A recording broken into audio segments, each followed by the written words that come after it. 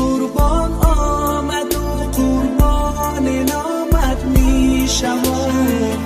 عید قربان آمد و قربان نامت می شود. از برای علم حق دایم غلامت می شود.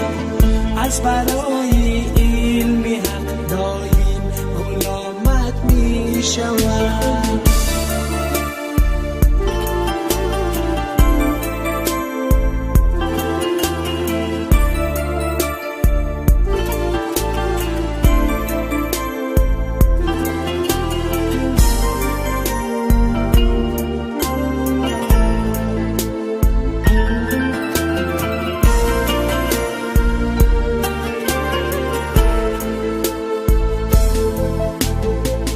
نام اسماعیل را میخوانم با آوازی بلند.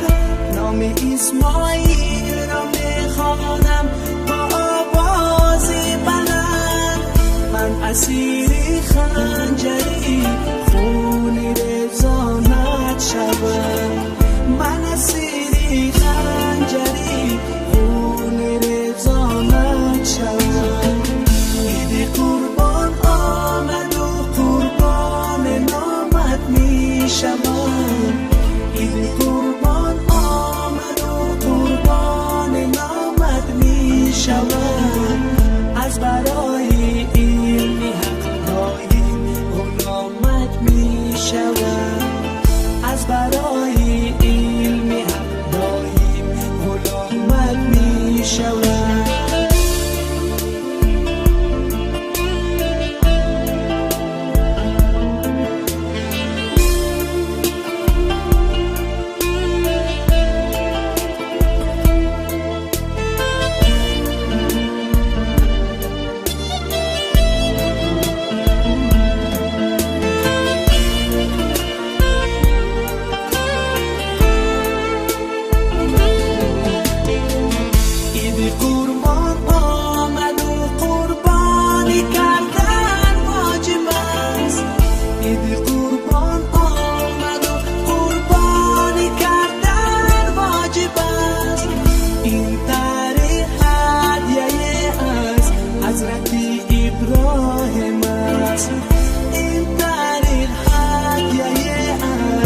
حضرت ابراهیم است.